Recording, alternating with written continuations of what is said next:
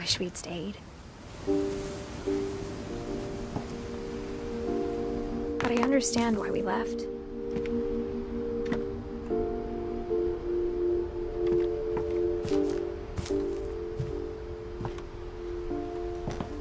My mom ended up leaving everything behind.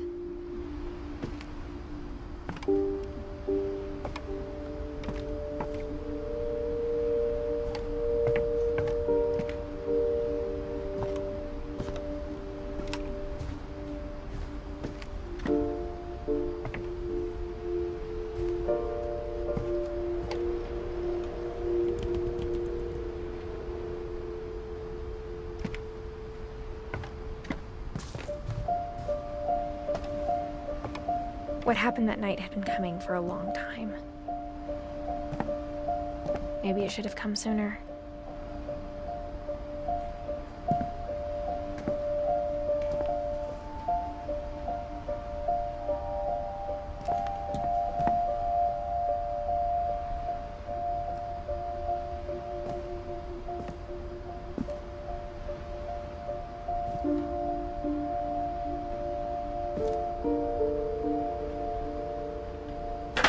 But it had to end one way or another. All that's left now is to tell you about that last night.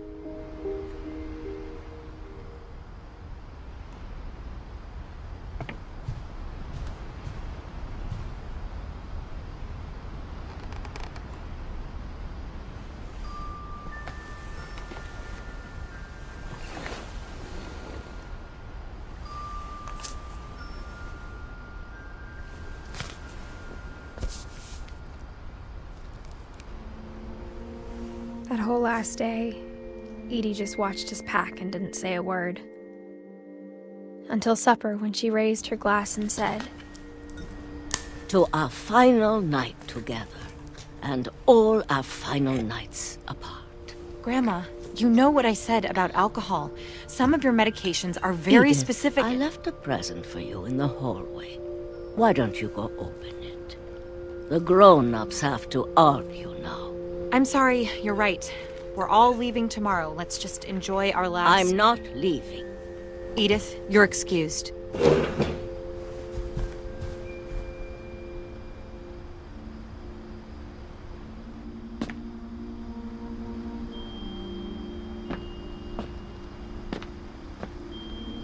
the power had been shut off that morning, but Edie always had plenty of candles.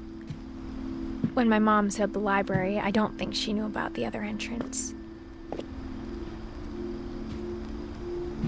Or that Edie had a key to it.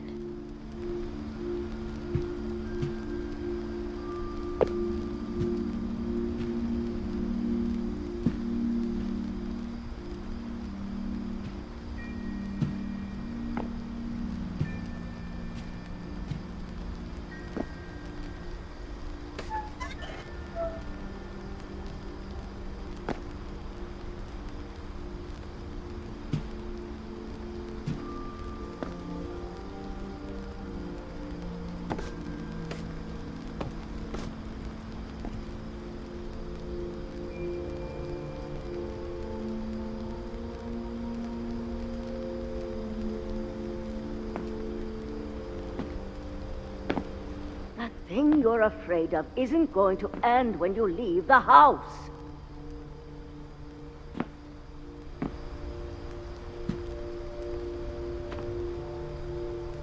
Edith has a right to know these stories. My children are dead because of your stories!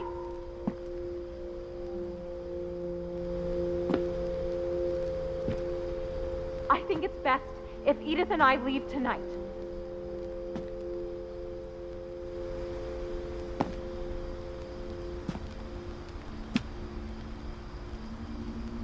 We'll have the nursing home send a van for you in the morning, okay?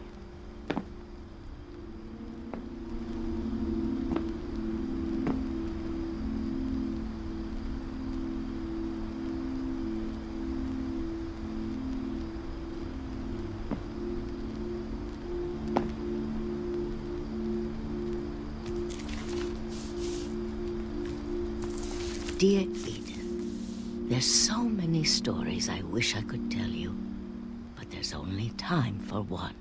This is about what happened on the night you were born. That night, the tide went way, way out.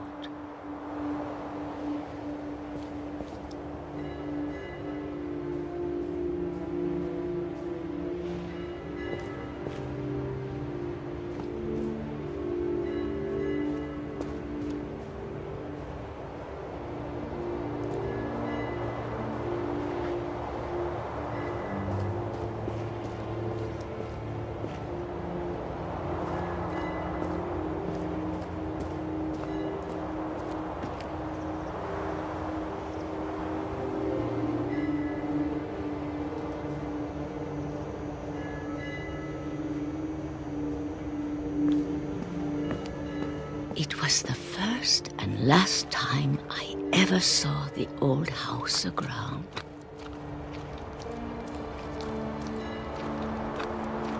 There'd been an earthquake out in the middle of the ocean. They called it the lowest tide in 1,000 years. God, it smelled awful. You know, I've seen that house every day of my life.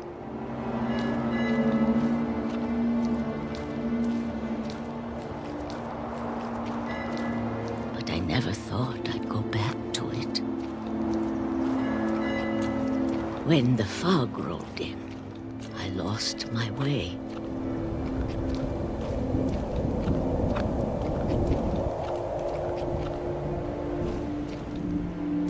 I got turned around.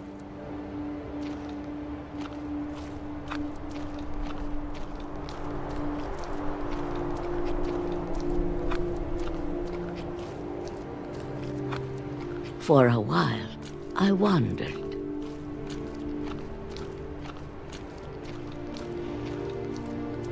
I started seeing things.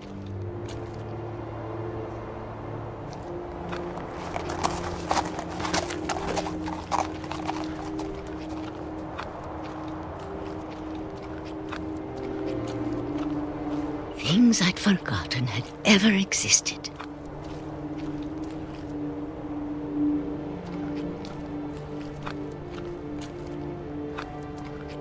But when I saw them, they felt like old friends. That night, a lot of things came back to me.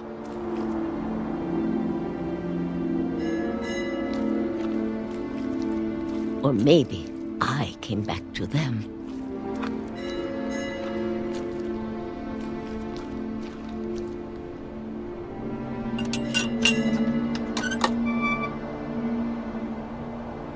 Things I can't explain, but that I need you to try and... Edith, what are you doing in here? It's mine. Edith! Mom, you're gonna rip it! Let go! I kicked and screamed, but Mom dragged me to the car. I never saw Great-Grandma Edie again.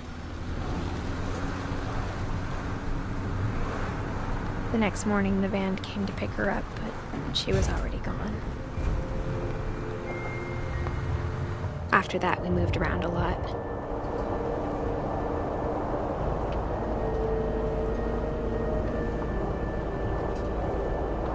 We both tried to make the best of it.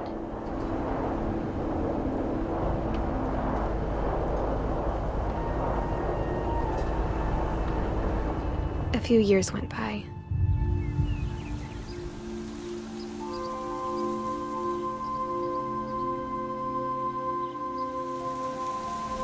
My mom didn't like to talk about it, but she started getting sick a lot. The rest happened pretty quickly. She got better for a while, and then she didn't.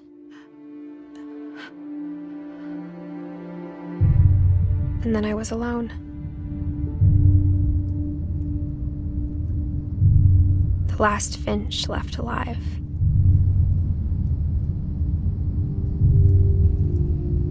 until I found out about you. I'm still not sure what to tell you about all this. If we lived forever, maybe we'd have time to understand things. But as it is, I think the best we can do is try to open our eyes. And appreciate how strange and brief all of this is.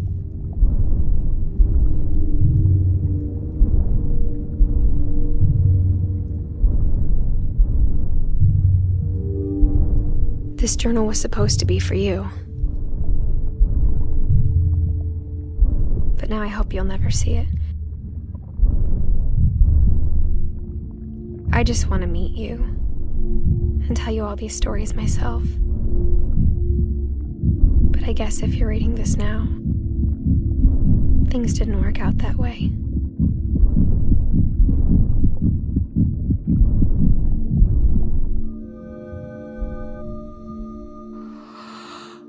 This is where your story begins. I'm sorry I won't be there to see it. It's a lot to ask, but I don't want you to be sad that I'm gone. I want you to be amazed that any of us ever had a chance to be here at all. Good luck.